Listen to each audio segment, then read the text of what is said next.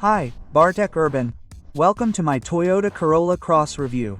The Corolla Cross is nothing more than a performance-tuned version of the Corolla, one of the most popular cars in the world. Last year, the Corolla Cross was the second most frequently purchased hybrid car from Toyota. This year, the Corolla Cross received a refresh, which may be intended to encourage even more people to choose this car. So, it's time to check it out.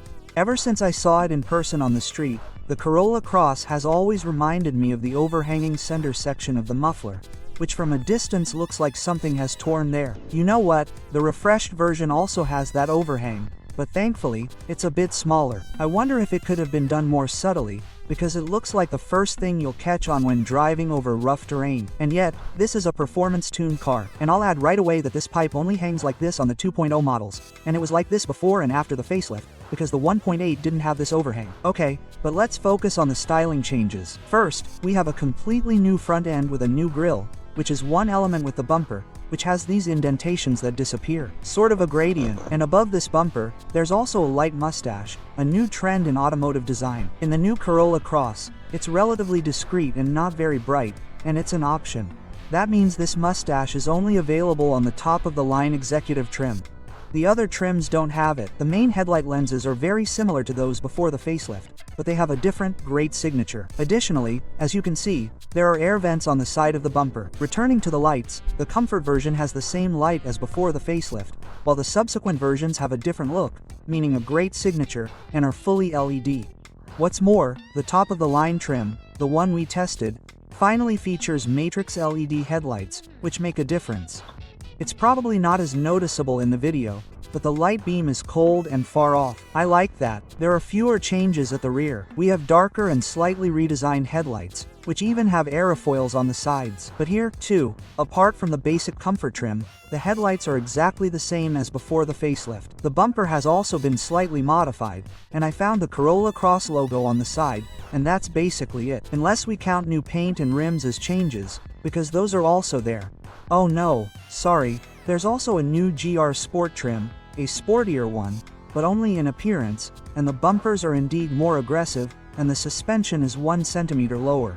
I have the standard version for the test, which I personally like visually, and I think the changes are a plus. Well, maybe apart from that mustache, it's great, but as we know, looks are a matter of taste. Although looking at both versions now, I have the impression that even the pre-Lith looked more menacing. He also had a mustache like that, but grilled, and an angry one at that. More like a beard. Whatever you like. Time for the episode's sponsor, and after a moment, we'll return to the dimensions. If you're looking for a used car, remember that appearances can be deceiving. So before you decide to buy, check out Car Vertical, a portal that will reveal the vehicle's full history, from accidents to screwed-up odometers, thefts, and floods. For example, this Toyota may have looked perfect in the ad, but it could have been seriously damaged or stolen at some point. Simply enter the VIN number on Car Vertical to find out the whole truth. We usually inspect several cars, so in this case, it's best to choose a package of 3 reports. It's the cheapest.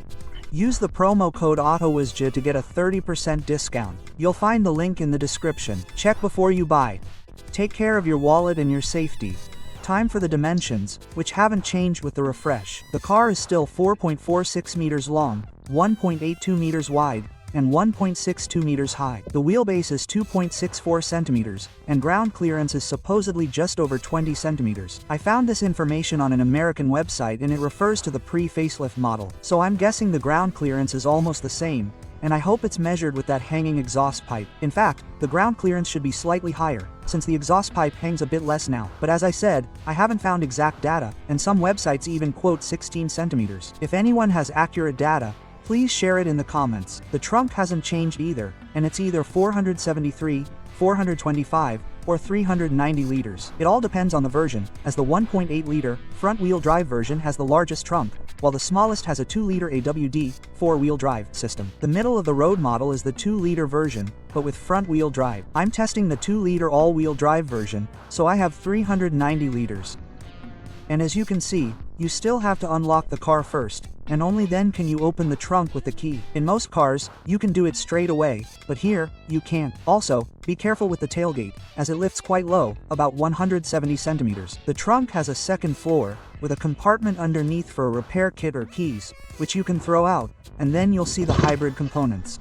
I also found 2 hooks in the trunk and a woofer on the side, which comes with the optional JBL audio system. By the way, the audio system sounds really good. It's nice that the backrests are adjustable, so you can slightly increase the space in the cabin or trunk. It's a shame that when you fold the backrest forward, you don't get a flat surface, but a significant drop.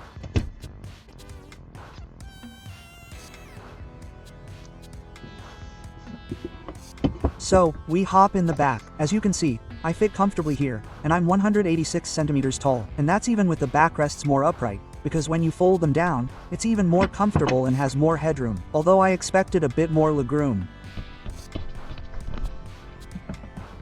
In the rear, there's an armrest with drink holders, separate air vents, 2 USB ports, and a magazine holder, but only behind the passenger seat. As an option, you can also get a large, opening panoramic sunroof. Unfortunately, the standard option is hard and cheap plastic.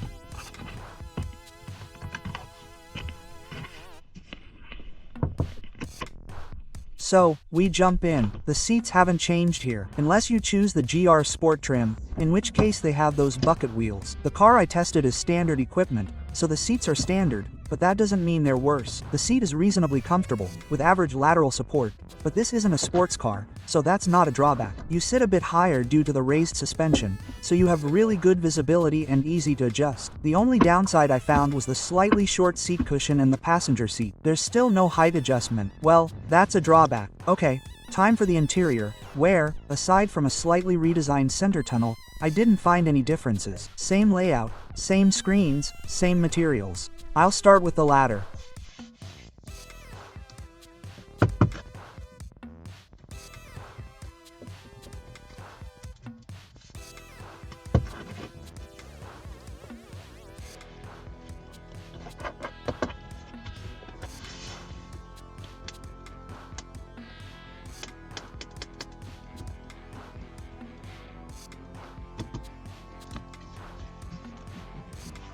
Well, it's hard and there's a lot of piano black, but the fit is really good. The only thing you could hear was a popping sound near the new center tunnel. It felt like the bezel was about to fall off, and the car is new, so no one probably damaged it. But the plastics are sometimes really hard and cheap, so the fit is good. It's a shame the Corolla still has somewhat archaic-looking buttons, like those for the heated seats or on the doors. It feels like these buttons have been in Toyotas for 20 years, but then again, if something works, why change it? The multimedia system and digital dials haven't changed since the pre-facelift. The latter have numerous themes and screens, and a very comprehensive onboard computer. Seriously, there are tons of settings and changes, and that's nice. The multimedia system, however, is disappointing. It still doesn't offer multiple viewing options at once. It's either audio or navigation. It doesn't offer both. Fortunately, Apple CarPlay and Android Auto are available, so that solves the issues, but the system itself works efficiently and quickly, which is a plus. An even bigger plus is the physical buttons on the steering wheel and, above all, the air conditioning. This is how it should be in every car. Okay, so let's look under the hood and look at the storage compartments.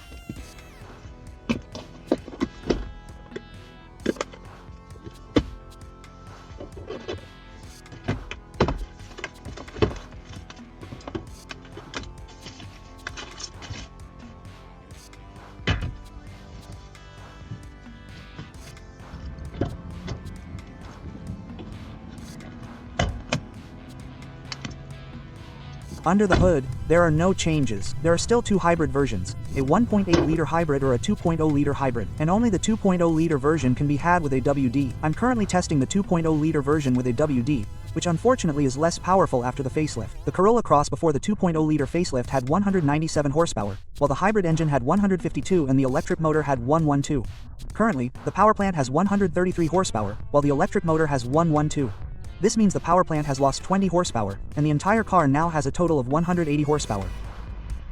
This translates into a 0 to 100 km per hour sprint of 7.6 seconds with a WD and 7.7 seconds without it, with front-wheel drive. However, before, it was 1 second faster with each drivetrain, meaning another 7.6 and 7.5 seconds. So, basically, the difference to 100 km per hour is negligible. I don't know about later. Unfortunately, I apologize, but I didn't check it to 100 km per hour or above, because I picked up the car new and didn't manage to cover the 1,000 kilometers mileage needed to break it in. So we have to take the manufacturer's word for it. I tried to drive without exceeding 3.5 to 4,000 revolutions per minute, which is not so easy with an ECVT gearbox. As we know, it is a continuously variable gearbox that quickly reaches high revs and maintains them until we release the gas. Unfortunately, the whole thing howls, which, combined with poor soundproofing, creates an effect that not everyone accepts. The Corolla Cross had the 5th generation hybrid before the facelift, and it is the same after the facelift, which means an improved gearbox and slightly less whining. But even driving calmly, I could hear the howling just as I heard the poor soundproofing, which is supposedly improved. Soundproofing was added to the bulkhead, air vents, and the headliner. In my opinion, it is still too loud. Perhaps quieter than before the facelift, but still too loud. 120 km/h is the limit. After that, it becomes unpleasant. It is pleasant, however, at the gas station, because the Corolla Cross, like other hybrids, has been Toyotas are incredibly fuel efficient. Seriously, I was getting 56 liters in the city, which is excellent for a new car, and I wasn't driving super eco-friendly. On the highway, however, at 120 km/h I got 6.1 liters, and at 140 km/h 7.8. Good results, but the 1.8 version uses slightly less, and overall, I think the 1.8 with 1,400 horsepower is a much better choice. It's cheaper, more fuel efficient, and has indirect injection, so you can later install LPG. Unless you want all-wheel drive, then you're stuck with the 2.0. Except it's not true AWD, it's EAWD, meaning there's no shaft or connection between the front and rear axles. There's an additional 40 horsepower electric motor in the rear, which powers only the rear axle. This means the front is powered by a split motor and a primary electric motor with a total output of 180 horsepower, while the rear is powered by a 40 horsepower electric motor, all connected by a computer. It helps moving on loose road surfaces or snow, but of course, it's not an off-roader. Besides, with that hanging pipe, I'd be a little afraid to believe anything more serious. You can tow a trailer or install a bike hitch, as long as the trailer doesn't weigh more than 750 kilograms. Apart from that, the Corolla Cross's ride hasn't changed at all. It's just as it should be in a hybrid Toyota. The steering is quite light, perhaps too light, but it suits the car's character. The same goes for the comfortable suspension and the brakes, which are easy to feel. I wouldn't change a thing here, and just remember that by choosing the GR Sport version, you get a 10mm lower and stiffer suspension. I'm just saying so there are no surprises later. As always, there's a surprise in the price. The base Corolla Cross 1.8 costs 146,000 Polish zlotys, the 2.0 version 155,000 Polish zlotys. The all-wheel drive version costs 177,000 Polish zlotys, but it's immediately available. The tested executive trim with a WD starts at 192,000 Polish zlotys, meaning that compared to the pre-facelift version, the new Corolla Cross costs the same in the style trims, and in the top-of-the-line executive trim it's even 2,000 Polish zlotys cheaper. It's nice that the manufacturer hasn't raised prices, and even lowered them slightly. That's surprising. Of course, as you can see, Toyotas are constantly offering promotions, so it's worth checking price lists. What surprised me was that the Corolla Cross doesn't have a discount for the taxi class professional group. This car would be perfect for that category. There's plenty of room for Corollas in the station wagon,